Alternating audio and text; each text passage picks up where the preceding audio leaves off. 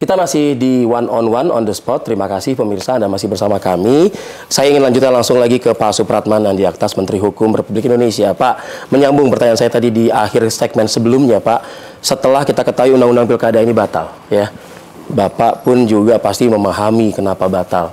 Sebagai mantan koboi di DPR, Pak, 2014 lalu gitu ya kan, hingga 2024. Nah, sekarang muncul wacana yang dilontarkan oleh politisi, bahkan juga Presiden Republik Indonesia Prabowo Subianto. Masyarakat terkejut. Artinya hak memilih, hak kemerdekaan untuk menentukan siapa yang akan menjadi kepala daerah ini akan diambil dari mereka. Sejauh ini Kementerian Hukum menyikapi riak-riak seperti ini seperti apa? Satu, kita bicara konstitusional dulu. Oke. Kalau di konstitusi kan, kalau pemilihan itu tidak disebutkan, pemilihan itu langsung atau enggak. Oke. Tetapi diksi yang digunakan adalah dipilih secara demokratis. Ya. Begitu juga di undang-undang sebenarnya. Kalau kita berkaca, saya ini selalu saya gambarkan diri saya. Saya ini produk reformasi. Kalau bukan karena reformasi, saya tidak akan pernah membayangkan diri saya bisa sekarang berada di posisi. Betul. Tetapi saya ikut pemilihan langsung itu dari tahun 2005. Pilkada langsung pertama. Oke. Tetapi apa yang terjadi? Bahwa di kita kan tidak menganut satu sistem yang sama. Memangnya kita semua pilkada langsung di semua daerah? Kan enggak. Ya. Daerah Istimewa Yogyakarta enggak pemilihan langsung. Di Papua kita menganut sistem noken. Kan kita nggak ada yang seragam kan?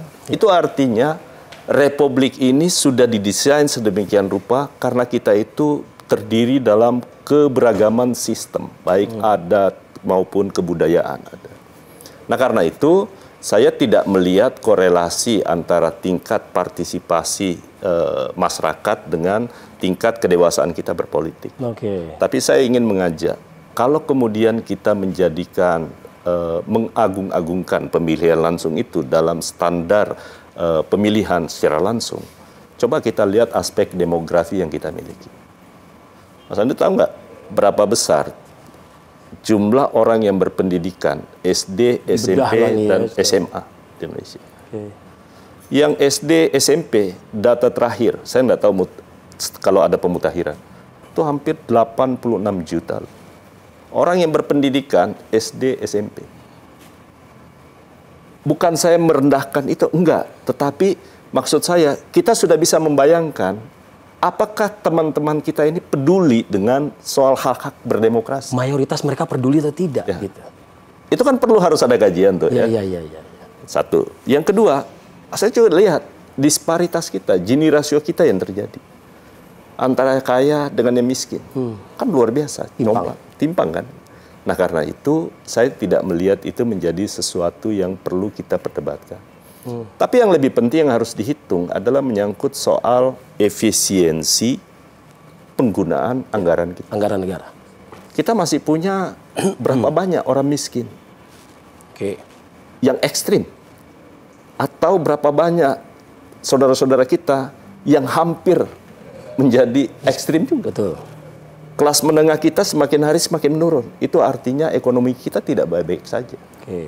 Makanya dalam posisi itu Presiden mengatakan, jangan kita menganggap diri kita terlalu kaya. Kita perlu mencari sebuah sistem yang lebih efisien, tetapi kemudian bisa memberi ruang di mana orang bisa berpikir untuk kemaslahatan bagi semua masyarakat. Nah karena itu terkait dengan pilkada langsung atau tidak langsung, kita semua lagi mengkaji. Menteri Dalam Negeri juga mengkaji tentang itu. Saya juga sudah menyiapkan kajian, meminta kepada Direktorat Jenderal Perundang-undangan untuk melakukan kajian, mengundang semua stakeholder. Kita akan melihatnya. Walaupun ada kesepakatan yang setiap saat kita lakukan bersama pemerintah dan DPR. Untuk pilkada ataupun pemilu, biasanya sampai dengan saat ini selalu diajukan oleh menjadi usul inisiatif teman-teman di DPR. Ya kan? Jadi kita tunggu nih nanti. Nah, tapi untuk partai politik biasanya itu pemerintah yang menginisiasi. Nah, karena itu kita akan menunggu menyangkut soal hasil kajian kami, kemudian setelah ada usul inisiatif dari teman-teman DPR, tentu pemerintah akan menyampaikan sikap. Bahwa apa yang disampaikan oleh Presiden di acara hari ulang tahun Partai Golkar kemarin, saya rasa beliau mengajak untuk kita saling memberi kajian yang bagus. Untuk melibatkan semua partisipasi masyarakat. Nah, karena itu ada yang menarik dan saya setuju bahwa apakah tidak baik kita mempertimbangkan usul teman-teman di penyelenggara pemilu atau yang digaungkan oleh Menteri Dalam Negeri, kita perlu membangun desain pemilu yang asimetris dengan memperhatikan 3 kriteria. Parameternya 3. 1, indeks pembangunan manusianya. 2, menyangkut soal ruang fiskal daerahnya. 3, potensi sosial kerawanannya. Kalau semuanya baik-baik saja, mungkin pilkada langsung menjadi pilihan, ya, karena IPM-nya bagus, ya kan, fiskal daerahnya bagus, PAD-nya banyak, kemudian situasi masyarakatnya, potensi konfliknya rendah, mungkin itu bisa menjadi pilihan untuk pilkada langsung. Tapi bagi mereka yang di luar itu, ngapain kita memaksakan sesuatu yang pada akhirnya menghabiskan seluruh energi, belum pertentangan kelas di antara masyarakat. Pro dan kontra. Pro dan kontra. Bahkan selesai pemilu pun, itu pertentangan itu tidak berhenti. Ya kan? Nah, karena itu menurut saya kita perlu melakukan sebuah evaluasi. Dan karena itu Presiden menugaskan, kami sekarang, saya sudah menugaskan juga kepada Dirjen Perundang-undangan untuk melakukan kajian. Artinya kita akan revisi Undang-Undang Pilkada? Tergantung, kan belum nih, ya kan? Tadi saya sudah sampaikan, nanti undang-undang pemilu dan pemilu kada itu kemungkinan DPR yang akan menyampaikan inisiatifnya. Setelah itu baru kemudian dikirim ke pemerintah berdasarkan hasil kajian yang kita sudah miliki nanti, Mendagri bersama dengan Kementerian Hukum dan kementerian-kementerian yang lain, termasuk Menteri Keuangan tentu kan, karena menyangkut soal fiskal, ya kan. Belum lagi Presiden punya program-program unggulan, di mana memang itu menjadi kebutuhan yang sangat mendesak di tengah situasi global yang tidak menentu. Karena itu kita perlu memikirkan prioritas lah. Tetapi sekali lagi Kementerian Hukum itu terkait dengan regulasi, ya kan?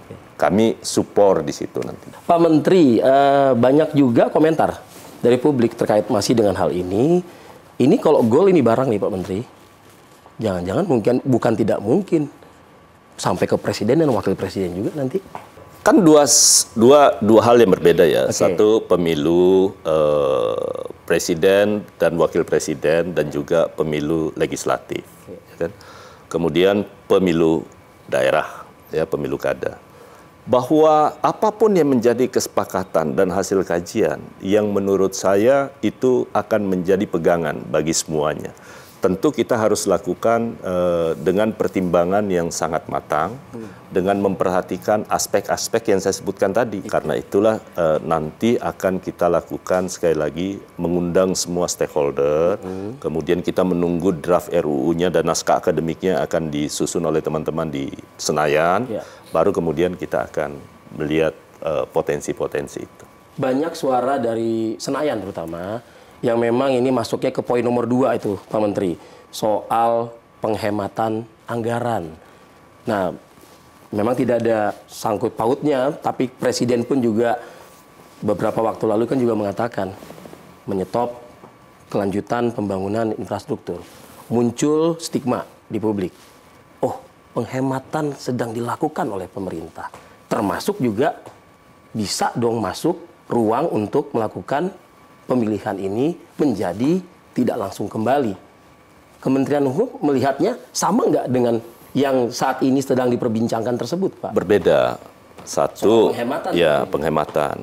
Yang dimaksudkan oleh menghentikan beberapa proyek tol yang dimaksudkan oleh Presiden itu kan bagi tol-tol yang belum direncanakan. Kan itu satu.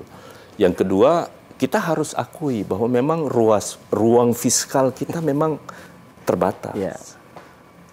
Saya bisa bayangkan ya, kebutuhan untuk menggolkan seluruh program yang terkait dengan makan bergizi gratis itu hampir 400 60 triliun. Harus start di 1 Januari loh, Pak. Ya kan? Iya. Sementara di tahun 2025 baru 71 triliun.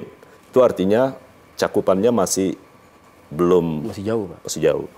Satu. Belum lagi program swasembada pangan dan lain-lain sebagainya. Dalam beberapa kali kami rapat baik terbatas maupun paripurna rapat kabinet, Presiden selalu meminta kepada Menteri Keuangan untuk melakukan realokasi dan pemotongan anggaran terhadap proyek-proyek yang tidak direncanakan dengan matang.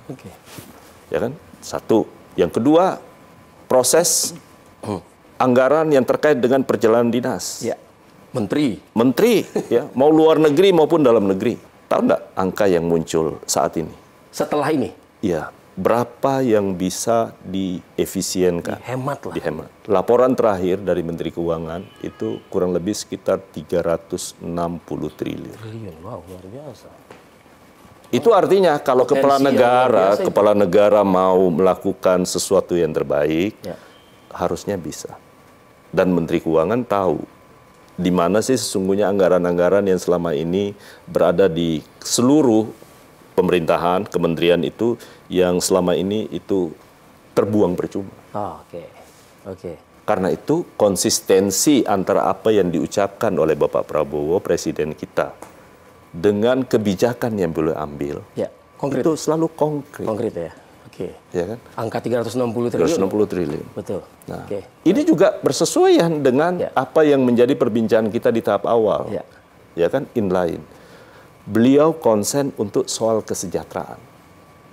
Soal kesejahteraan implikasinya adalah fiskal. Ya. Jadi jangan pikir Presiden tidak melakukan sesuatu di internal pemerintahan. Beliau lakukan.